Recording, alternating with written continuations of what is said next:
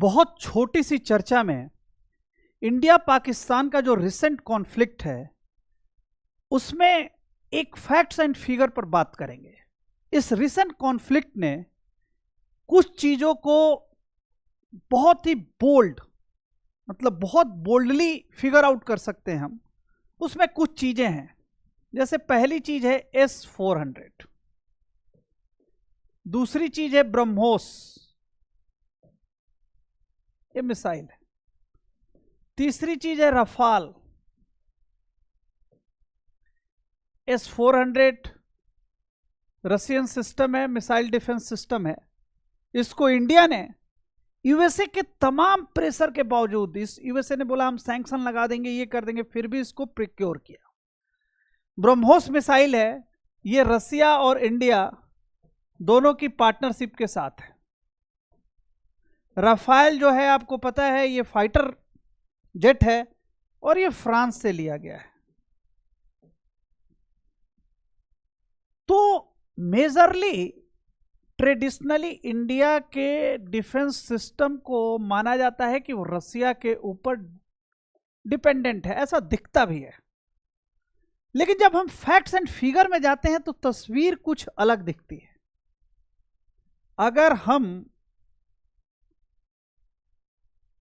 2010 के पहले की बात करें, बिफोर 2010, 2000 से 2010 के बीच में, और 2010 से लेकर 24 के बीच में बात करें तो क्या डिफरेंस इमर्ज होता है वो देखिए। इस दौर में लगभग 70 to 80% हमारी डिपेंडेंसी रसिया के ऊपर है। हमारे आर्म्स सप्लाई कहां से आ रहे हैं? तो रसिया से आ रहे हैं।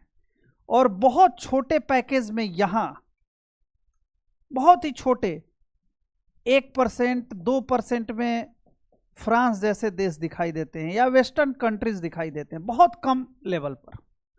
लेकिन जब हम इसी स्केल को 2010 और 24 के बीच में देखते हैं तो हम देखते हैं बड़ी तेजी से ये नीचे की तरफ आता है और ये लगभग 36% पर आकर रुक जाता है। यानी Indian dependency on Russian arms now in this days, India 36% पर आ चुका है। ये इन दीज डेज की बात हो रही है, इस समय की। और यहां से फ्रांस जैसे देश को और वेस्टर्न कंट्रीज को उठाते हैं तो ये 33% की तरफ चला जाता है। कहने का मतलब ये है कि ये फैक्ट्स एंड फिगर है। आपसे सवाल पूछा जाए तो आप इस ग्राफ का इस्तेमाल कर सकते हैं। प्री 2010 की कंडीशन है और ये 2010 से 24 की कंडीशन है। लेकिन आप देखो इसमें दो चीजें बड़ी इंपॉर्टेंट है। जो पहली चीज है कि S-400 जैसा सिस्टम और ब्रह्मोस जो है इसी 36% के अंदर आ रहा है। डिपेंडेंसी हमारे जो मारक हथियार हैं, जो किलिंग मतलब मेजर आर्म्स हैं, वो रसिया से हैं। और ये वेस्टर्न एलाइज और वेस्टर्न कंट्रीज पर भी इंडिया की डिपेंडेंसी हो रही है। इसमें इजराइल जैसे देश भी शामिल हैं, यूएसए जैसे देश भी शामिल हैं। जैसे यूएसए और इजराइल का ले लें तो 8 से 10% के करीब उनका भी परसेंटेज आ रहा है। हो सकता है आने वाले दिनों में ट्रेड वार को देखते हुए, मैंने ग्लोबल ऑर्डर को देखते हुए बोला था, इंडिया ऐसा हो सकता है कि फाइटर जेट या इस तरह के आर्म्स प्रिक्योर यूएसए की तरफ से करे कि जो ट्रेड डेफिसिट यूएसए की तरफ दिखाई देता है उसको बैलेंस किया जा सकता है। ये आने वाले दिनों की बात है। और इसी को हम इन विथ रेस्पेक्ट टू पाकिस्तान देखेंगे तो वहां जो 2010 के पहले की स्थिति है, अगर ये 80% के पैमाने पर देखते हैं तो लगभग 40% हथियार की पूर्ति वो यूएसए से कर रहा है। लेकिन अगर 2024 के रिस्पेक्ट में देखेंगे तो लगभग 70 से 80% हथियारों की पूर्ति पाकिस्तान की सिर्फ चाइना से हो रही है। कहने का मतलब है कि एक न्यूक्लियर इक्विप्ड, न्यूक्लियर वेपन युक्त इक्विप्ड कंट्री है, लेकिन उसकी डिपेंडेंसी टोटली चाइना के ऊपर है।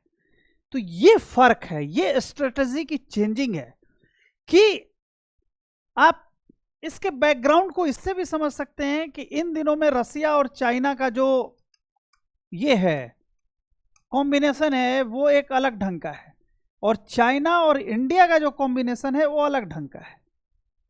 इसको एक स्मार्ट मूव आप बता सकते हैं कि एक नेशन के ऊपर इतनी बड़ी डिपेंडेंसी नहीं, और आज के जियोपॉलिटिकल वर्ल्ड में डिप्लोमेटिकली जब चीजें एड्रेस नहीं होती हैं, जब कोई नेशन वार लाइक सिचुएशन में जाता है, तो उसको अपनी ताकत के ऊपर भरोसा करना जरूरी है।